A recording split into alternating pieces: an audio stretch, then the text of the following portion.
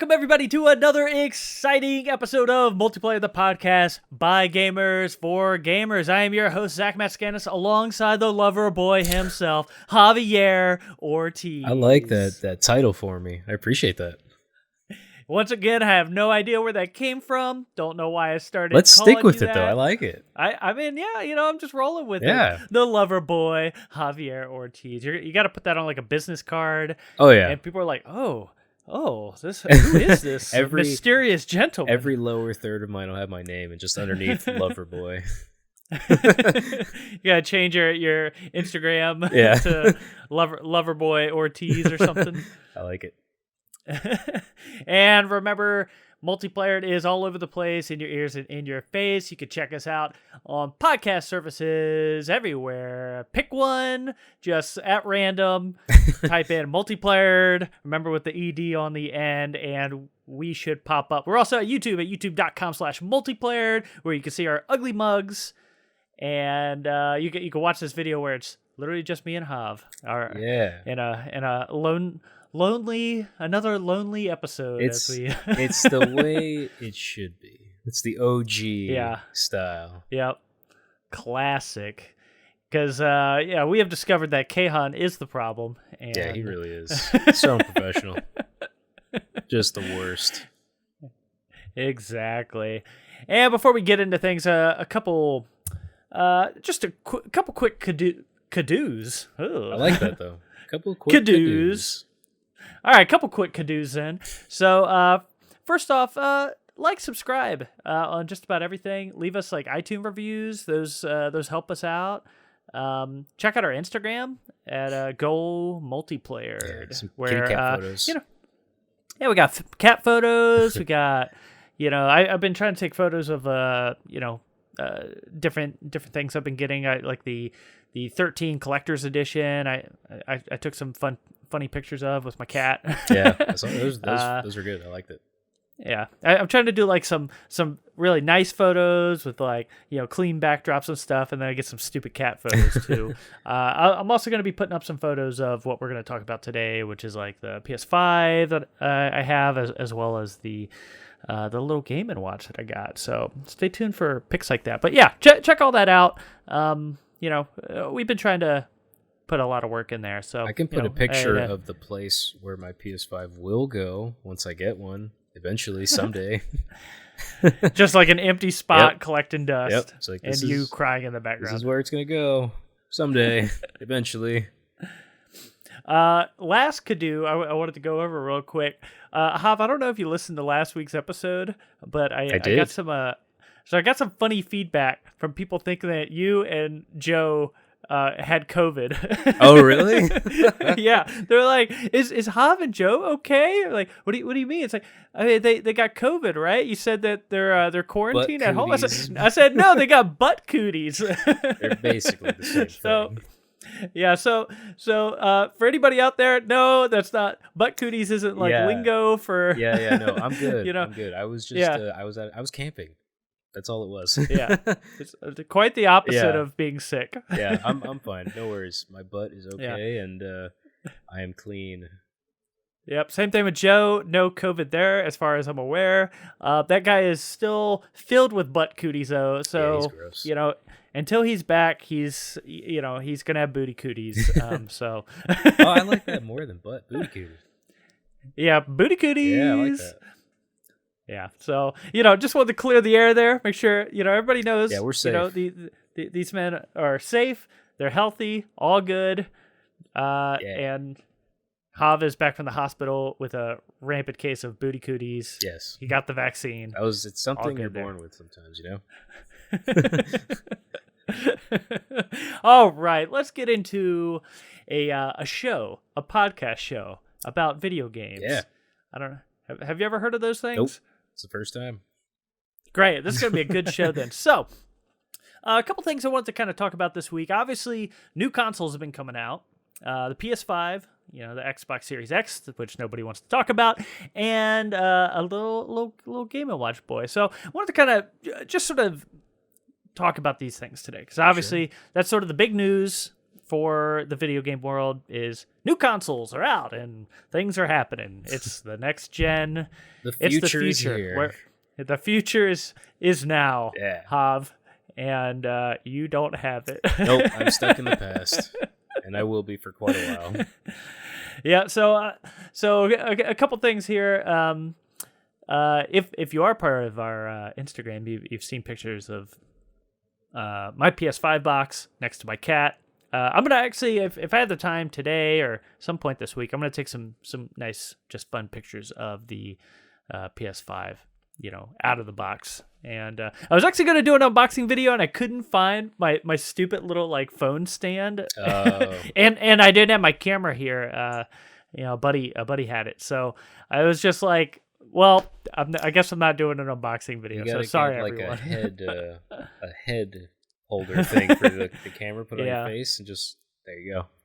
Exactly. But anyway, so I have my PS5. I've been playing with it, and Hav has still been struggling to find one. So that's kind of my life. That's kind of So that's kind of where we're at with that. So I would say first thing before we get into some like PS5 impressions, let's get the sad stuff out of the way. So, Hav, break it down for us. How's life? How is this situation been? So here's the deal on the PS5 front. This whole thing has been just a mess, right? Since the beginning, because it's like if you wanted to get one, you had to like sign up to just be able to pre-order, right? But it was only for like an hour on like a random day in September, I think.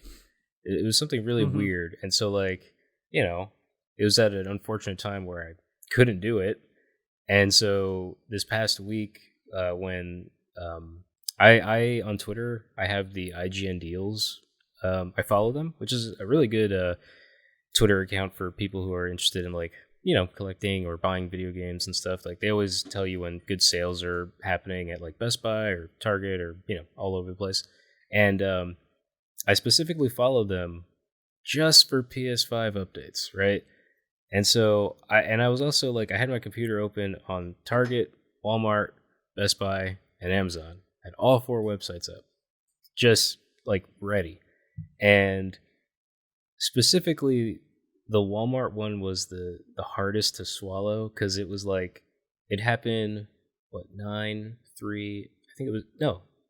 12, 3, and 6 p.m. Yeah, so 4 times in a day I was rejected. Yeah. Because they were like, all right, 9 a.m., we're going to have it in stock. And then for some reason, again, we'll have more at 12. It's like, I don't know why it works like that. It's really weird.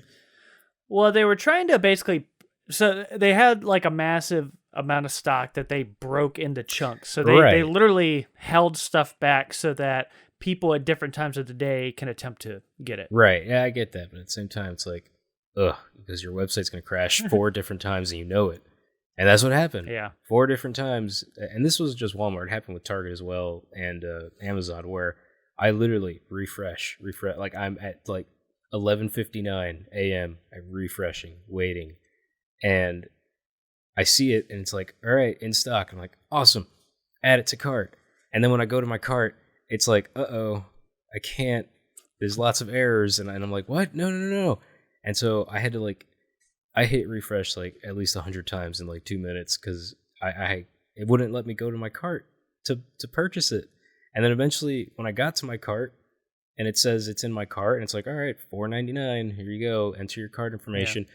I'm literally trying to do that and it just keeps telling me error. And it's like, the item in your cart has been removed because it's like out of stock or whatever. I'm like, no, it was there. Like I had it. It was right there. And it happened with Target, with Best Buy, and with Amazon. And it was just tough because like it was all at different times of the day as well. Like they weren't all at the same time, like going live with things. But it was really difficult because I think me and probably like more like a billion other people in the world are trying to access a website and just like the servers can't handle the amount of traffic going in. And so like, I know I'm not the only one. Everyone had errors and like they couldn't access their carts or they just wouldn't like refresh in time. But it's just been tough, man. Like it's really tough because it's also like you're waiting and then you see it and it's in your cart and then when it's in your cart, you can't access it. But the worst of all, the biggest like fu to me was I went to Sony's website, like their direct website, and it was like, all right, we have a lot of people coming in, so we're going to put you in a queue. And I'm like, cool, that means when I'm out of the queue, like there'll be one waiting for me. Like, why else would you have a queue? And so I'm in the queue for 2 hours, and I get to the PS5 page, and it says out of stock. And I'm like, then why wouldn't you just take me out of the queue? Like, what's the point of keeping people in a queue if it's out of stock? Like, just stop it and just be like, out of stock. That's it. Like, like, what's the point of like? It's just like you're getting my hopes up, and then I just crashed and burned, and it was just very disappointing all week. And I know it was already going to be tough to get one because of this year and like COVID. It's slowing down production, and then Sony wanted to be all responsible and be like, all right, we're not going to have any in store because we don't want the virus to spread. It's like, ugh, stop caring about my life. Like, just take my money. Yeah. Yep. Yeah. It's been quite a journey. Literally the only reason I got one was, so the first day that, the pre-orders went up, for Walmart, they had this huge surge, and it was like, oh my God, it's online, and go there right now. Basically, they broke curfew. Like Walmart was not supposed to post, their stock yet, right? But they're like, we're going early, and so they blasted it out there. A bunch of people got it. I did not, and I was like really bummed. I was like, oh man, I don't know like how many of these consoles are going to be available, and then I can't remember how long it was. Maybe it was like 15 or 20 minutes later, like after the stock was out. A friend of my girlfriend's texted her and was like, hey, it just like popped back up at Walmart for some reason. And I was like, and then my girlfriend let me know, and I was like, what? And I like went in there and I was like, oh my God, it's here. And like, they didn't blast out like another tweet or anything. So it's just like, if you just happen to be on there, right, then you see it. And then like, that's how I got it. And, it was just by like dumb luck, yeah, just dumb luck, really. And so I just got super lucky. But, I've been still attempting to find consoles for other people, including you. It's, I've been basically, if I can find one and buy it, I'm going to, so I can just help others out and stop the scalpers. Yeah. Oh God. If I could just take one away from those damn scalpers, I will. Because they're trying to sell them for like $1,000 right now, like on eBay and stuff. Yeah. It's ridiculous.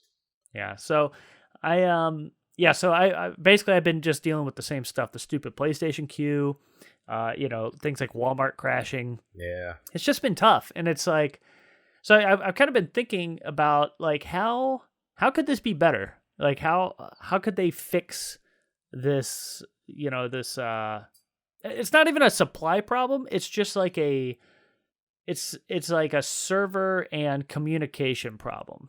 It is kind of how I see it. Because it's like, it's like there's not going to be enough stock for everybody. But it's like, how can you make it everything a little bit easier on everybody, right. And I have some of my own thoughts, but I figured I'd start with you. And, if you have like any thoughts and ideas about like how this could potentially be better for people. And obviously, neither of us are web coders or anything. And so it's like, we're just going to like talk trash better. Website harder. Better bandwidth, right? That's a technical term. Yeah. Or just like use an Ethernet cable. That'll work. Yeah. I don't know. It's honestly like I was expecting it to be rough. Just because of right now with the pandemic, everything like production in just everything around the world is just slowed down, which makes sense. But I don't know how you like, because to me, it's just, I don't know how to make websites not like, how do you make a website able to handle more traffic? How does that work? Yeah. Like bandwidth or something? Like I don't, that's a whole nother thing that I don't understand. I'm too dumb to understand that stuff. But it's like, yeah. I don't know. It's like, this is going to happen. It's happened a million times with multiple different devices. It's like, this is going to happen. So I just feel like, I don't want to say like, that's not my problem to figure out, but it's just like, I don't know how you make a website or multiple websites like able to handle a ton of people at one time. Yeah. I have no idea. So I had this idea, and once again, not a web coder. I took some coding classes in high school, and it's like, nope, not for me. This sucks. But I kind of had this idea for a website that maybe it's possible. Who the heck knows? But here goes. So I was basically thinking about this like a midnight release where you're like standing outside of like a GameStop or like a Best Buy or something. And I think somebody should take like the queue idea and just like extend that into a much better experience online, where a website should basically be like, okay, here's this link's going to go live at like, this time, and we have, let's say 20,000 consoles, and it's like they just let you know. Right. And it's like, we're going to queue you into a line and we'll give you a number, and it's like you'll probably have to wait a little bit because basically it just has to go through the line of people, and it's like each person's just going to check out. And when we get to you and your number, if you're not like sitting at your computer for like a minute, then we're going to move on and you don't get your console. Right. But it's like just being like straight up with people. It's like, we have 20,000, you're number 18,000 in line. So you're probably going to have to wait for 2 hours to check out. And, PlayStation, they did this thing in their queue where it's like, we'll make like a loud chime. Make sure your volume is all the way up in your computer. Yep. We'll chime when, you get to the queue. So basically just like have a system like that where it's just like, let everybody know up front, we have 20,000 units and you're number 18,000 in line. It's going to take 2 hours. I like that your idea is to kind of make it like a deli. It's like, take your number. Yeah. Take the number. And then if we're out of numbers, you can't get one. You gotta be in. I mean, it's a good idea. It's simple, but it makes sense. It's a good idea. It's just, I don't know how you stop people from, I guess, I don't know if like that would have to be like a private link or something. Again, that's for smarter people to figure out, but. Well, I think it's just, you're basically in this, once you click let's say the Twitter link or whatever, and you're on the website, boom, you're in the queue, and it'll let you know, hey, you didn't make the 20,000 cut. And, you have to try again next time kind of deal. It's just like with like a midnight release or something. If you go to GameStop and they're like, we have 12 consoles and you're number 15, you're not going to get one. It's like, it sucks, but at least you didn't wait there literally all night and then get to the front of the line. And it's like, well, sorry, sucks to be you. Yeah, very true. So, and the other thing, and once again, not a web coder, don't know what I'm talking about, but the other thing I thought would be kind of cool with like a queue like this, if you are waiting like 2 hours, it'd be cool to just have like a live like chat room with like the other people you're waiting in line with, to just like, that's one of my favorite parts about a midnight release that you can't get from buying something online, where it's just like, I love just standing in line at like GameStop at like 2 a.m, freezing my butt off and just talking to like other kind of hardcore enthusiasts like myself. Yeah. Like, I've met some cool people that way. We actually met Guillermo because I met a dude in line at a Best Buy for my Switch. Like, and then, that's how that happened. Nice. Like, I was talking to this guy online. He was a cool dude. And then, a few months later, I was like, hey, I want to do this like podcast. And he's like, well, I'm busy, but like I have a friend you should talk to that might be interested. And then, I talked to Guillermo. I was like, oh, this guy's super cool. And then, nice. Obviously like we're all friends now. And that's because I bought a Switch at a Best Buy at launch. All roads lead back to Nintendo. Exactly. And so it's just, when I got my PS5, I had some like mixed feelings, because it's like it was cool for it to just kind of show up at my door, and it's like, wow, it's here. The future is here. But like, I feel like I was robbed of an experience of just like being at a GameStop with like other people that are just as excited as I am. It was just like a kind of a lonely, just came time, in the mail, just like, yeah, here's my box. Yeah, it would kind of be like going to an amusement park that like nobody else is at. You're just like, you ride a roller coaster by yourself, and it's like, yeah, that was fun, but like I didn't have my friends with me. There wasn't like other people super excited to get on this roller coaster. Like nobody's cheering. It's just like, it's just me. It's like, yeah, this is cool. That's a cool ride, but I wish I could have like experienced that with other people. Share it with my friends. Yeah, and because one of the reasons that we have this podcast is like I think video games is like a social, activity. It's something. Even with like a single player game, it's like I love like sharing stories and talking about stories with like video games and how it made me feel, or like just kind of anything that is involved with video games. Yeah. So I wish somebody could replicate that experience with an online store where it's like, here's like a fun chat room. Like maybe it's like you're only talking to like the 10 people in line around you or something. I don't know. It's like, but it would be cool. It'd be, I would love to see somebody like take a crack at that. If you're a web coder out there, do that. Let me know if my idea, do that thing, or like, hit me up at Zach Matscanis on Twitter or Instagram and be like, no, dude, you're stupid. Like, you can't do that for idiot. X, Y, and You Z. know how hard it is to just make a website, just to click on something? Yeah. I've built a Wix website before, a Squarespace. Drag and drop, bro. Drag and drop. But anyways, so yeah, I just wanted to kind of talk about that stuff a little bit. Obviously I feel bad for everybody out there that hasn't gotten one, because it's just frustrating, and it's such a first world problem that we're talking about, but also this is a podcast about video games, so we're going to talk about first world problems. But it's just like, it sucks if you're just like, I've been waiting years for this, and like let me just give you some money, please, and I can just have this thing. And they're like, no. They're like, sorry. Can't have one. Server's down. Oop, your cart's empty. What's it? It's in your car. It's out of your car. Yeah. In your car. Out of your car. Like, what you gonna do? It's like that. I think it's like Geico or commercial or something, where he's like, you got the fisherman with $1. He's like, oh, you almost got it. Yeah. You almost got it. That's what it feels like, and so I'm super happy I got one, but man, I just like, I feel bad. I feel guilty. Like, I wish you could be playing the PS5 right now, and I can't even invite you over because of this stupid COVID situation. Yeah. So it's just like, it sucks. It sucks. It's just. But anyways, let's talk about. Yeah, let's talk about some good things. And actually, last thing. Yeah, 2020 sucks. So it's like everybody should have like something nice. Exactly. It's like get yourself a little present. sit in your house. Like, man, it was just this morning. It was really nice. Like I was playing a little bit of Spider-Man.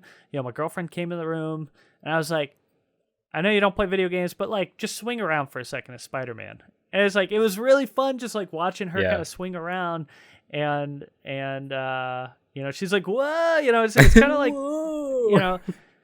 it's kind of like once again, it's kind of like a roller coaster. It's like you're swinging around in that game. It's like, man, it's super cool, and it was cool to just like see her do that. Yeah. But anyways, let's talk about like the PS5 itself. Want to kind of open the floor to just you, Hav, since you're here. If you have any questions about what's it like, the PS5 in general, like anything specific, I can answer that. I mean, how's the controller feel? Well, I guess your controller's great. Yeah, good. Like the end triggers are nice and like heavy, or yeah. So the controller, I think the controller's the one thing with the system that feels like quote unquote fresh. Like it's when you're playing the console, like it feels like the PS4. It really does. Like everything's like a little faster, but I mean, yeah, it just like it feels like the PS4 in a lot of ways. I have a really actually more important question now, because I just thought about it, because it makes me think about how much I hated all the PS4 boxes that I have.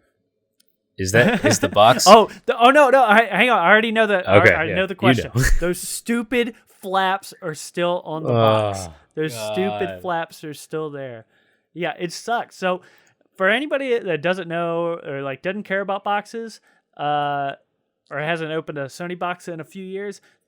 When you open the box, there's like a top flap. There's a flap inside of there, and then on the side there's like two little wings, like two little flap wings. Yeah. That like flip up, and It's so stupid.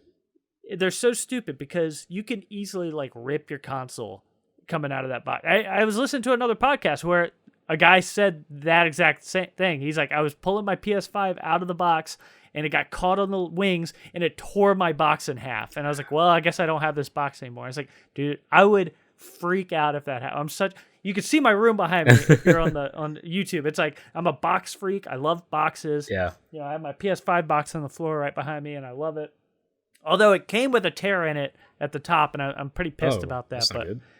yeah, it's a small one, but still, Sure. I'm a box preservationist, and it drives me Man, crazy. I wish they would. But those flaps suck. I hate this flaps. I wish they would learn from that. Like, it just doesn't make sense. Like, it's like, I get it. It makes it easier for it to be closed because it's like pulling in the top flap that closes over the box. But it's like, man, opening it just wants to bend back down. And then if you're pulling your box out, if you're pulling it out too fast, it's so easy to rip and ruin. Like, why do they keep that design? It's just so dumb. Yeah, it's really stupid. And, you know, I will say just in general, I think the PlayStation 5 box is kind of ugly. You know, the outside of it, it's just like, it's just plain, you know, it's just, there's not too much going on. I mean, if you saw the pictures on my Instagram, with the cat and stuff, there's just not much going on with the box. Like, for a console that like really is like, yo, here's something like weird and stylish. Like it's a weird looking console. Like, and I love it. Like, I love weird stuff. Mm-hmm. And it's like, it was like such a choice for them to go with that design. And then I feel like they went so simple on the box, and it's just kind of a shame. You know, it's, I'm sure I mean, it's fine, but I'm sure when they do like special editions, the box will look a lot cleaner, a lot nicer. Is it a heavy console? Like, is it a thick boy? Yeah, it's so heavy, dude. Really?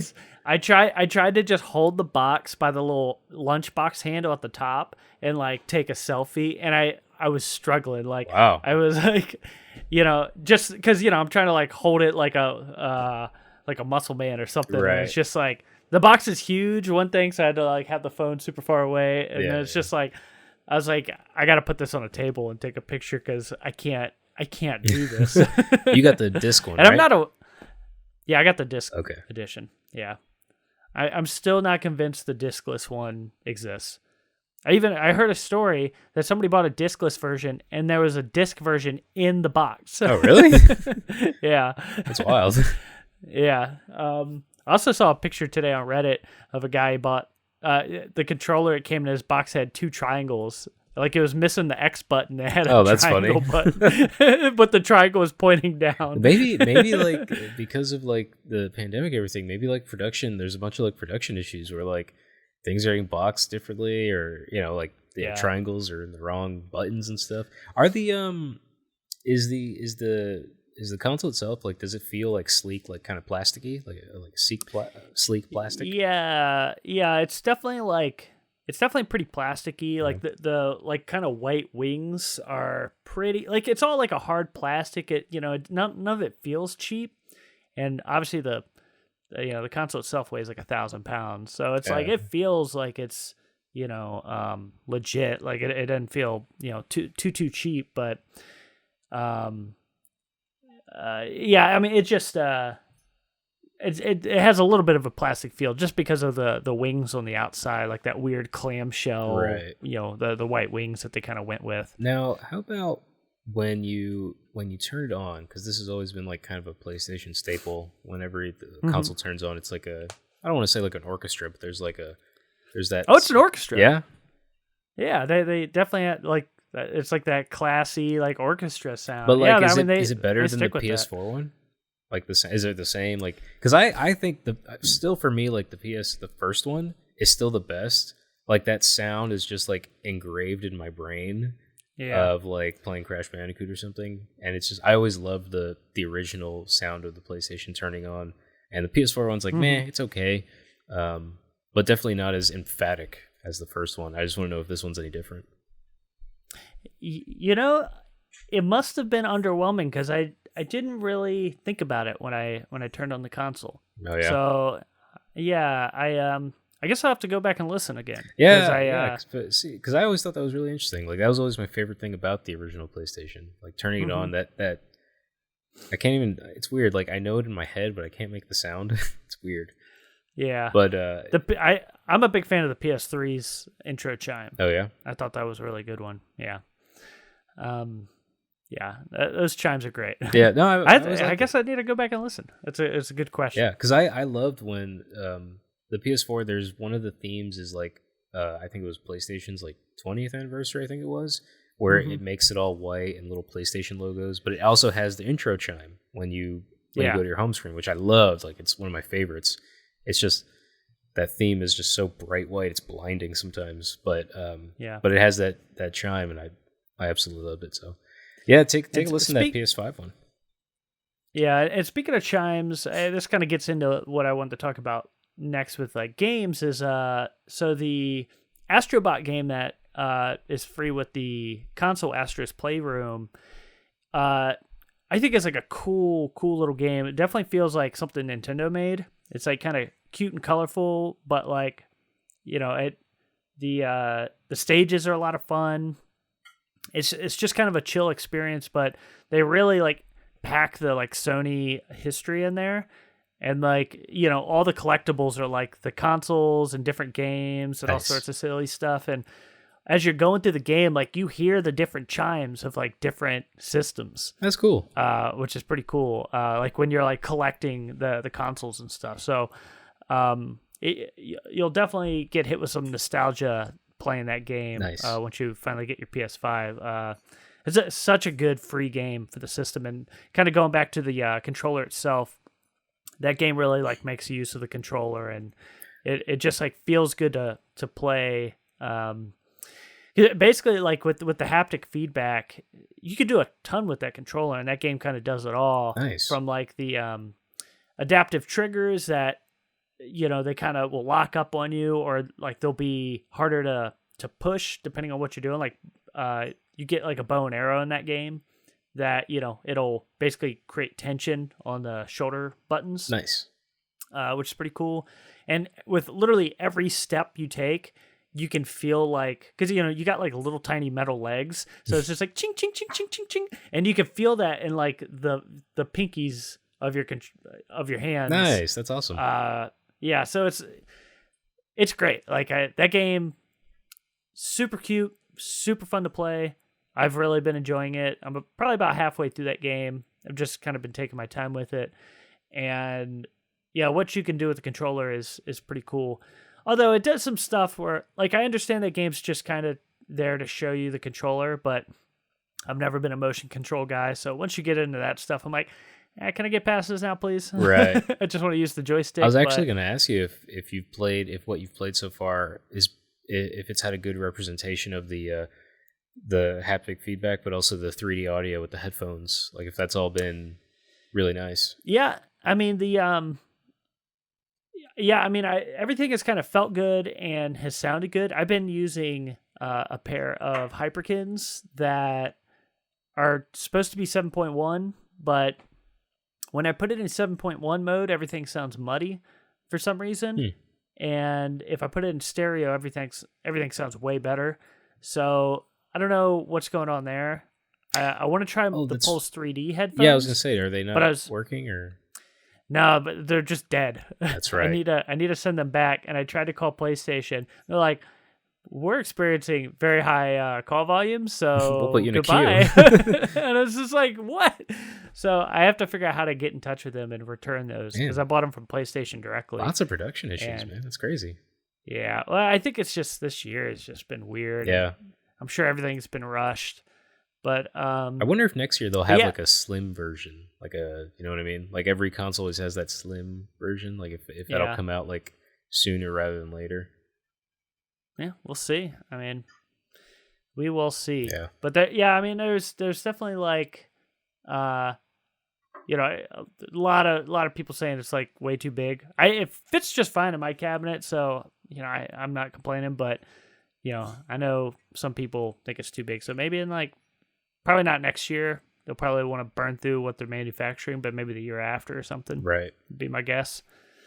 But anyway, so yeah, that I just wanted to kind of talk about Astro, Playroom a little bit, and then obviously been playing a little bit of Spider-Man, which has been fun. I haven't gotten too far in that game yet. I've been super busy with like work outside of, multiplayer. Oh, I heard it doesn't take long to finish the game, so. Yeah, I've heard it's about 6 to 8 hours. But I think that's fine for a Spider-Man game. Like don't overstay your welcome with it. Yeah, I guess I would prefer longer. I mean, I'll be happy regardless. I have the Miles Morales game for PS5. I have the disc. I just don't have a way to play it. So it's like I've been thinking about getting it digitally for PS4, but I'm like, I don't want to pay twice for this thing. Like I have it right here, but I can't play it right now. Well, you could always return the PS5 one, right? I could, but I want it. That's the whole point of buying it. Like I wanted it because I wanted that disc. Like I don't know. Sure. I have a tough decision to make. Yeah, and this actually kind of brings me into like what I wanted to talk about next, which is like, so, there's a lot of cross-gen stuff going on, both on the Sony side and the Microsoft side. But just kind of sticking with Sony here, Jim Ryan, CEO of PlayStation, basically has said that they're planning to just make things cross-gen for the next about 3-ish years. So obviously there's a lot of PS4 players out there, like over 100 million, which is insane. And it's probably going to take a while for people to get to the PS5.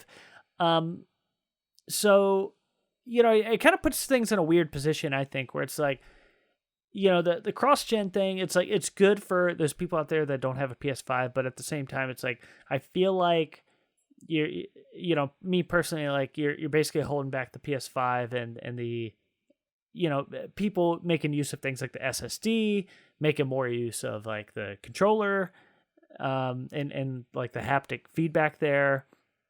But I, as somebody that doesn't have a PS5 yet, I want to kind of get your thoughts on this. And it's like, do you feel like you're going to get Spider-Man for PS4?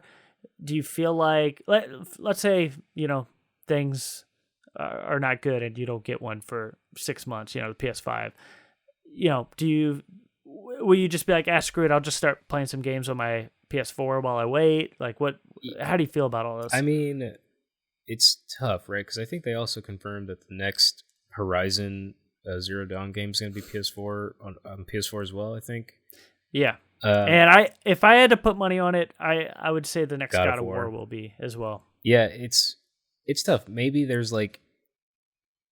have like the enhanced version for the PS5. I don't know if that would be a thing or not. But it makes sense right now, mainly because like one, there's tons of people that can't get a PS5 right now, right? Like I'm one of them, and there's millions of others who haven't been able to buy one.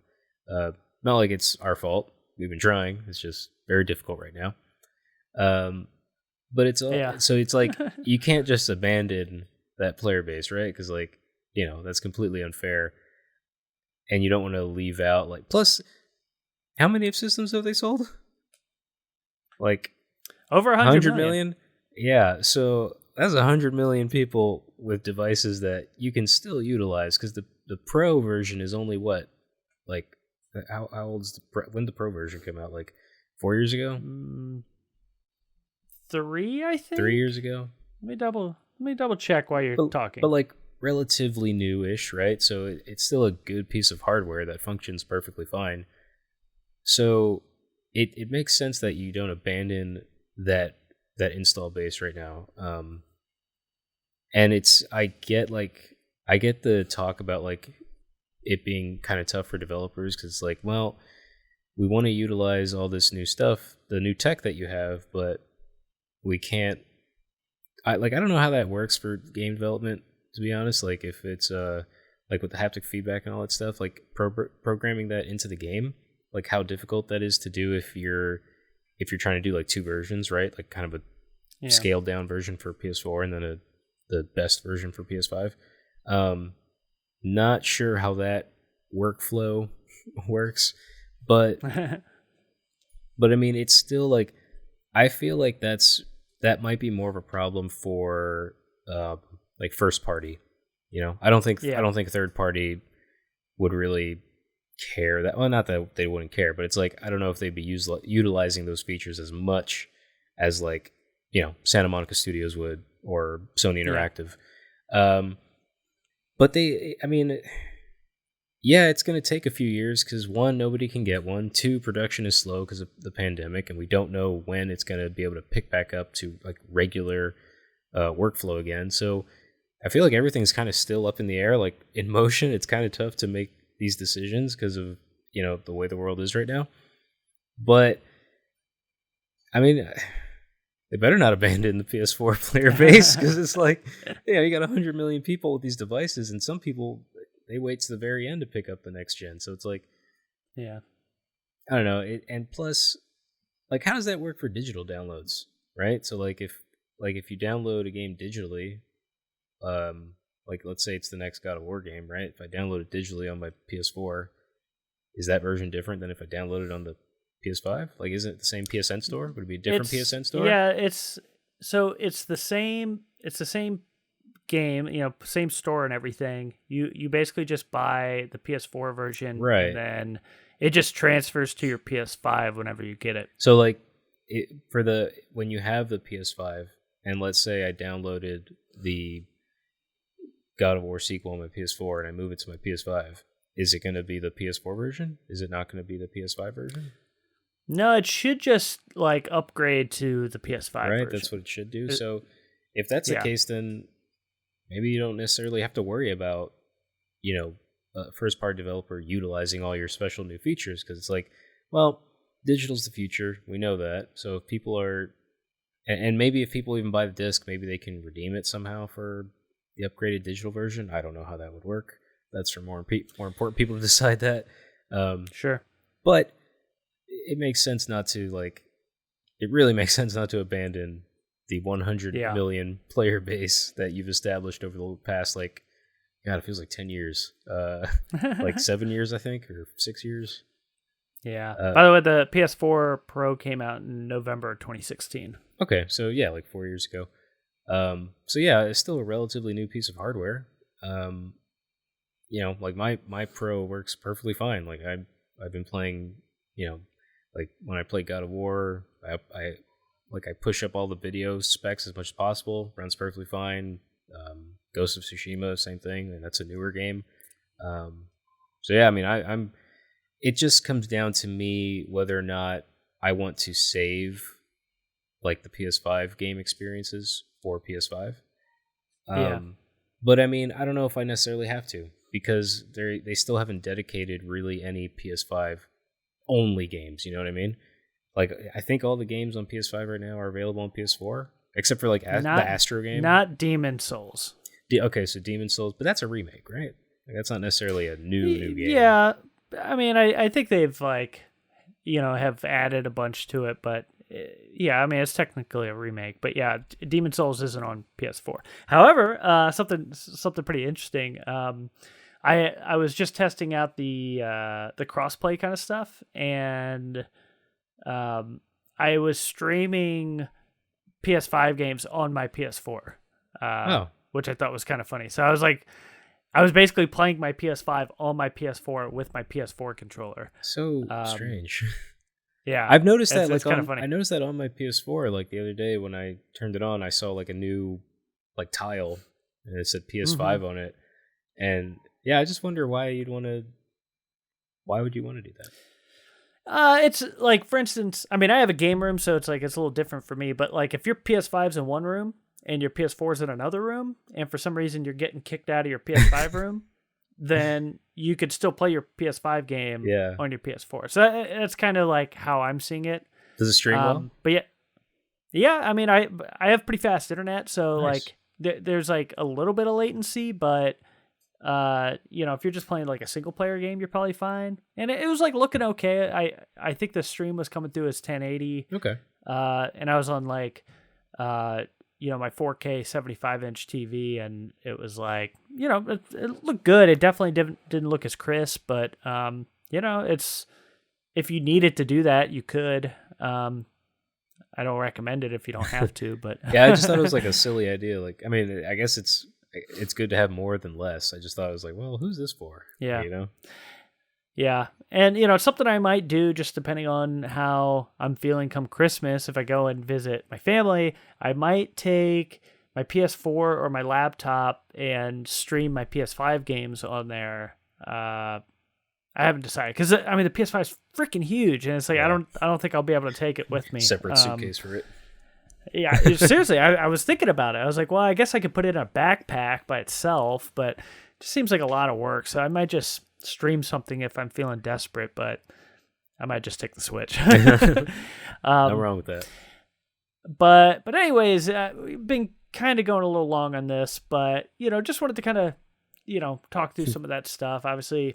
Basically, the PS5's here, kinda, for some people. For some people, but if that doesn't work, you can basically experience the same stuff on the PS4. Like Spider-Man, I think is probably going to be just as good on the PS4 outside of like the ray tracing and the haptic feedback stuff. Like I haven't really noticed it too much in Spider-Man. Right. So it's I figure we're not going to really see that stuff really utilized for like another year or two. Yeah. Exactly. So, yeah, well, we'll see how the future goes for it. I hope nothing's being held back from the old consoles. That's kind of how I feel about like, the new Halo that was looking kind of booty a few months ago. And it's just like, well, they're trying to make it work on the oldest, Xbox One. And I feel like it's, hindering them. And so I kind of feel like that with PlayStation as well. But, but I guess time will tell. Like, God of War, the original still looks stunning. So it's like, God of War 2 or whatever, Ragnarok, it probably will still look stunning. Yeah. Arkham Knight no matter still what, looks amazing. Arkham Knight's like, I think it's like 6 years old now or something like that. Yeah. It's fantastic. It's crazy. But anyways, so just wanted to kind of talk about that a little bit, but I want to move on from Sony, kind of talk about Nintendo a little bit here. I see it in the corner right there. Nintendo. Oh yeah, my little box. Yeah, I see it. So Nintendo also released a new console. Basically like 2 days after. Is it one day? Is it 2 days? Technically, it's a handheld console. I guess. It's a, handheld device, whatever you want to call it. A toy. I'm going to call it a console for the sake of saying Nintendo released a console like 1 or 2 days after the PS5. It is like the opposite. Think about whatever the exact opposite of the PS5 is. That's what this new console is, which is the Game & Watch. Yes. That's right. We're back in the 80s. So I have it here. This little beautiful. It's such a beautiful device. little thing, I love it. I love the colors too. The old Famicom color, like it's so nice. I love it so much. So for anybody that is like, what the heck is a Game & Watch? So back in the 80s, I think it was 84. I'm this all off the top of my stupid head that just has Nintendo facts in there, and I think they're right. So from about 84 to 89, I believe, Nintendo released the Game & Watch series, and it was a series of handhelds. I think it was 91. 91? I think. All right, I'll keep talking. You look it up real quick. So basically, if you think about like the old like Tiger Electronic games and stuff like that, it's just like these old school like LCD or LED screens that basically it's very, very simple games. One game per handheld kind of deal. And you had games like Donkey Kong and Mario Brothers. Zelda. Popeye had one, a Zelda game. And then you had like Mr. Game & Watch, from Smash Brothers. A lot of people know him now, but he would have like the juggling game, and I think there was like a firefighter game, stuff like that. So I had a series of these made by the amazing and Gunpei Yokoi, who created the Game Boy, the Virtual Boy. I think he created Radar Scope, if I'm not mistaken, or no. Not Radar Scope. There was a baseball game Nintendo made for arcades, and the name is escaping me right now, but he created that. Once again, all off the top of my head. So right. 1980 facts to are 1991. I was 1980. 1980 1991. Wow. So it was actually came out earlier than I thought. So, excuse me, mouth is drying up on me. So, so they made these handhelds for a long time, and so Nintendo's first handheld series, and also it was the first time they ever introduced the dual screen. Yeah, they had Game & Watches with 2 screens on it with the clamshell cover. So, all that was kind of cool. But anyways, you mean like this? Oh yeah, just like that. So super blurry. Yeah, beautiful 3DS. Yeah. But yeah, so for Mario's 35th anniversary, Nintendo decided to come out with a new Game & Watch that has Super Mario Brothers, Super Mario Brothers 2, the version that came out in Japan. Yeah. Lost Levels. The much better. Yeah, what we know as Lost Levels here. Japan just knows as Super Mario Brothers 2, and then our version of Super Mario Brothers 2 they know as Super Mario Brothers USA. And Ball. Yeah, it's just like and ball. And ball. Yeah. And ball. Yeah, so ball's on there too, which is like a little juggling game, and instead of Game & Watch has Mario's ugly mug on there. And man, it's just like such a beautiful little system. And I'm going to take some pictures of this thing for our Instagram because it reminds me so much of the Game Boy Micro. Yeah. That came out, a while back. And by a while back, I believe it was 2005. Yeah, 2005 to 2008, the Game Boy Micro was out. And yeah, this little Game & Watch is like just slightly bigger than that. I'm going to ask you one thing about the Game & Watch right now. Like, have you messed around with it, like playing it? Oh yeah. So right from looking at it, it looks like the D-pad is super low. Is that uncomfortable?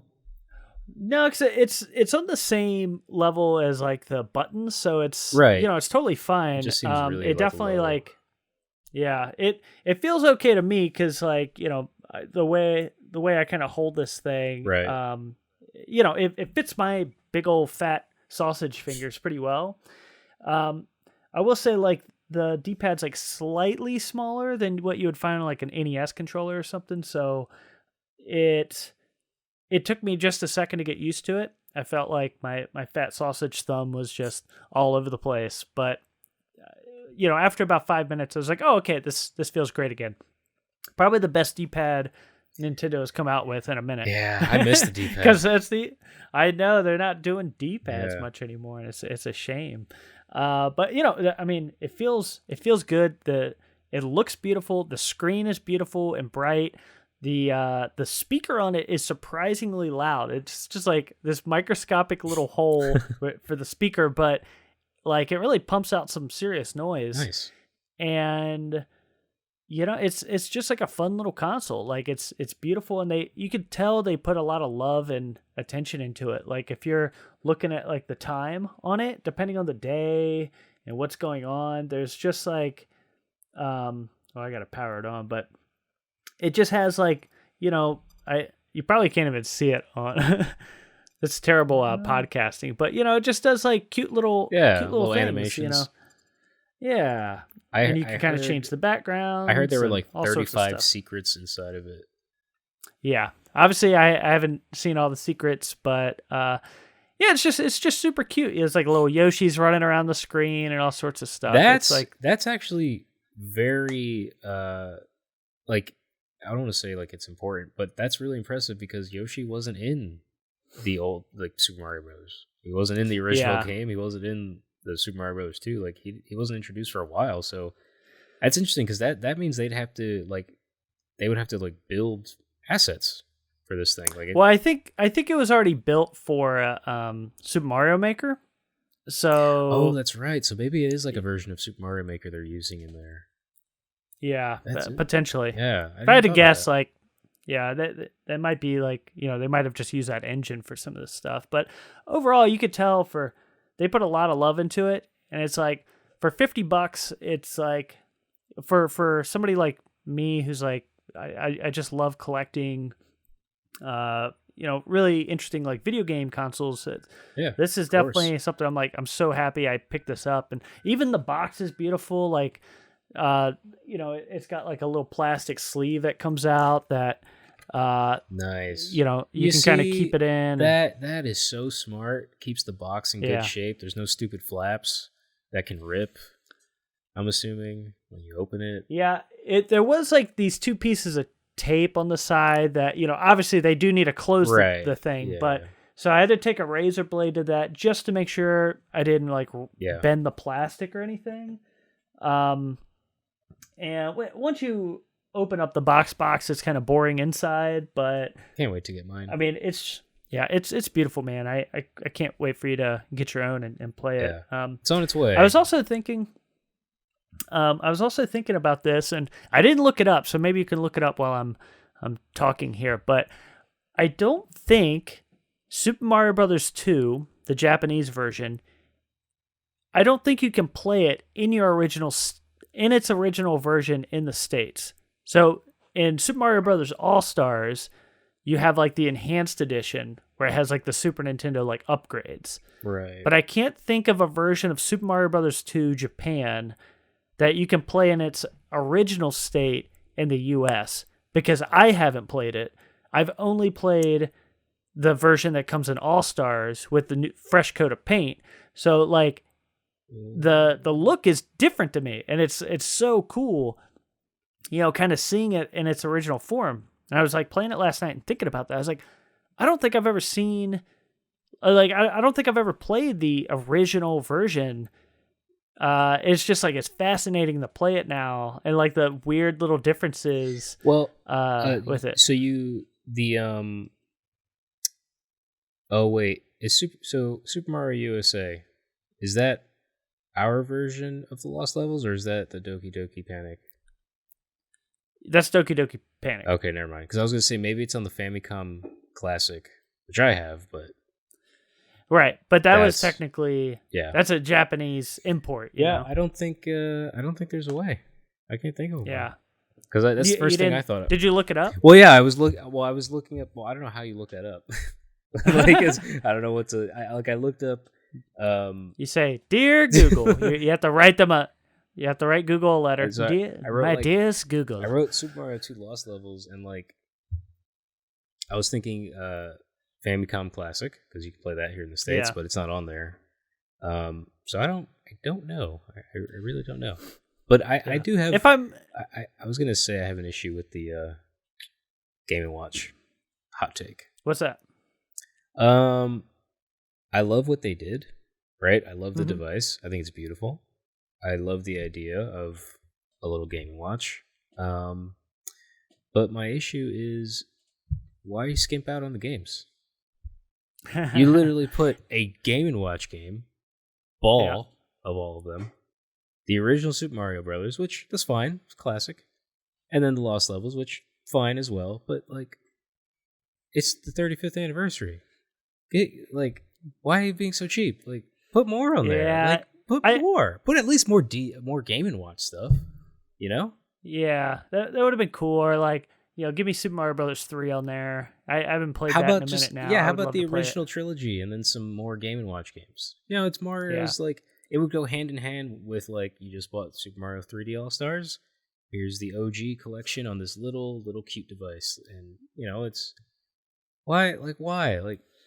Why not add more? It's so because you can be done with it in literally like a few hours.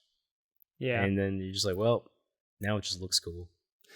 Yeah, and I think it honestly is more for like the collectors out there. And it's like for $50, I'm as a collector, I'm okay with the price point and what I got out of it. I think it's just like a beautiful little system, and it makes me happy just staring at it. If you're looking to like play a bunch of games, play them on the Switch. But you can't play Game & Watch games on the Switch. You know what I mean? Yeah, that's true. Like, put some Game & Watch games on there. Yeah, I think it's just obviously it's like Mario's 35th anniversary, so they did this like kind of cool Mario collection. It'd be cool for them to be like, hey, it's like the 50th anniversary of the Game and Watch or whatever, 40th anniversary, like here's a Game and Watch classic, with like 30 of the Game and Watch games on it, and it's $50, and I'm like, cool, I'm down, give me that. Give me the clamshell one, and I just like, be kind of cool. It's for Mario, so like, I don't know, give me more Mario, like give me Super Mario Brothers 2 and 3 on that little guy. I would love it. It would make it that much more like good, just put Mario All-Stars on there. Yeah, that's all you need. Just let me play all the Mario games on there. Yeah, let me give you money, Nintendo. But yeah, that very last thing, we're kind of going long here, but I just think it's like it's an interesting move for Nintendo to kind of come up with this. Obviously, they need it like a holiday item for people to buy, and I don't know if this is it. Like, it's cool for me, but I don't know if kids are gonna really want this. It's just for like the nerdy 30-something-year-olds like myself that I think they will pick this up. And I think they released their kid thing already with the Super Mario Kart toy guy. Yeah, but even that cart, if you want to play 2 players, it's $200. Like, what parents paying $200 for that? Like, once again, that's for like stupid 30-something-year-olds like myself with disposable income with no kids. By the way, I bought. Yeah, exactly. And I bought the Luigi cart, by the way. I haven't gotten it yet, but it's been hard to find. So when it came in stock, I scooped one up. Nice. So I'm waiting on that, so I could do stupid things to my cats with it. But yeah, it's just like an interesting choice for this to come out. And like I said, I kind of compared it to the Game Boy Micro, which can play literally every Game Boy Advance game. So already a huge deal there. And that came out for $100, in 2005. And from its lifespan of 2005 to 2008, it only sold 2.4 million units, which is like pretty small. Yeah, really. That's like PlayStation VR numbers, or actually maybe even less. PlayStation less. VR might be at like 5 million now. So it's like half the PlayStation VR number. So it's, it, in all intents and purposes, is like, it was like kind of a failure of a system to have this like little tiny guy. So to have something come out similar in size and form factor that can only play, 3 games and tell the time, it's like, that's what I'm saying, dude. I don't know. It's put some more games on it. Make a little Mario guy. Make it a little Mario machine. You know how much that made me so happy. Yeah, so I'm interested to see how it sells. Like, I would say if I had to guess, like even if they only sold 2 to 3 million units, they probably made some decent money off that. Like, it's as beautiful as this thing is, like I bet it's pretty cheap to manufacture. It is, but it's also a limited release thing, so it's gonna sell. It's gonna sell bonkers. Like as many as they make will be sold because it's they're gonna stop at some point. I bought 2 like an idiot. I'm a stupid idiot, Tom. What is wrong with me? I'm so stupid. Well, now you got one for one hand and one for your other hand. You can look at the time twice. Yeah, exactly. What time is it on this side of the house and then on this side of the house? But anyways, so we're running a little long. Before we go, I know you've been playing Ghost of Tsushima, so if you wanted to kind of talk about that a little bit, floor is yours. It's a beautiful game. Love it. Finally getting around to it, which I'm so happy I have because it's so great. I love playing it in like Japanese mode with the English subtitles. Mm-hmm. It feels like I'm watching like a samurai movie, which is awesome. Biggest complaint is in combat. There's no lock-on feature. You can't lock onto an enemy, which is really tough because like you dodge so much that like the camera doesn't like follow them, like it's just kind of behind you. So it's like I always lose sight of my enemies. So that's my biggest issue with it is like I can't lock on enemies. So I'm like, I keep having to like adjust the camera to find them to fight. But it is a visually just gorgeous game. All the different areas, like the vibrant colors, is gorgeous. I love it when like a bird will fly into your screen because it's like if a bird flies in, it can like lead you to like a legendary item or something or some sort of item, but it's really pretty, and it's not too like in the way for me. Like it's a very subtle way of saying, hey, look over here, you know, instead of just like a big like marker or something like, look, you got to go this way. So I love it. I think it's fantastic. And it's also, for me, the best feeling of being on a horse in a game that I've ever played. Better than Red Dead. Very nice. Better than Breath of the Wild. Like, it's finally, I feel comfortable on a horse because it's not too weighty, like, if that makes sense. Like, it's not hard to maneuver. Mm-hmm. It's easy to get on and off your horse. Because, like, in Red Dead, I always make the mistake, like, of hitting my horse by accident because, like, the button mapping is so weird. Yeah. But in this game, it's super easy. You can literally go anywhere and call your horse, and it'll just be right there next to you. You can run, and it'll run up next to you, and you can jump on it as you're running away from like an enemy or something. So I love the horse mechanic in this game. I think it's done so well. It's so simple, but it's such an improvement because I've always hated being on a horse in video games. I've never enjoyed it. Yeah. But yeah, it's beautiful. I could go on more, but we're going really long. But yeah, it's a really beautiful game. I love it. It's one of the most Japanesey things I've ever like watched or viewed, like in terms of media. Like it's so Japanese. It's such a great like representation of lots of like folklore and stuff, and like just the like culture itself. I think it's a great representation of the culture. And it's not even made by a Japanese studio, which I think is amazing. Like it's so great. But yeah, I love it. It's beautiful. I love that game.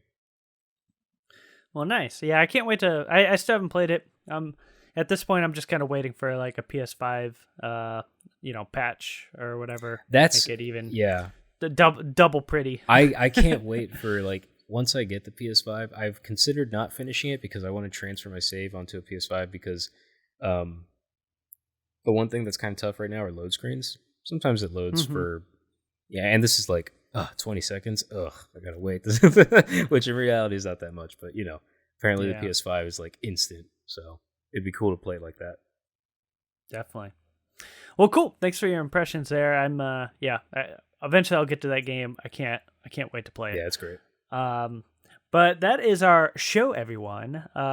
This is a good one. Next gen is here. We're here. It's here for some for people. Me. Yeah. Not for Hop. But yeah, thank you so much for joining us today. Remember to like, subscribe, all that fun stuff. Leave us reviews. Send us comments, thoughts, questions, DM like any me. of that stuff. You can DM us. You can find me personally at Zach Matzganis. That's ZACKMATZGANIS. Hav, where can we find you? At the Loverboy? I should change it to that. I should. I'm gonna see if that's available. Right now it's at Jumpman_Ortiz or TZ. Very nice. And of course you can check out Multiplayer at Go Multiplayer on Instagram, Twitter. There's a Facebook group as well. We're doing mostly Instagram stuff, but then we like kick it out to those other things. Yeah. So if you prefer like one of the other platforms, you can still see the stuff.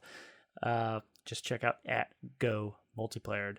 But thank you so much. Continue to check us out every Wednesday for the podcast, and then every Saturday and Sunday for some Let's Plays that Hop's been posting. We're doing some Ghouls and Ghosts.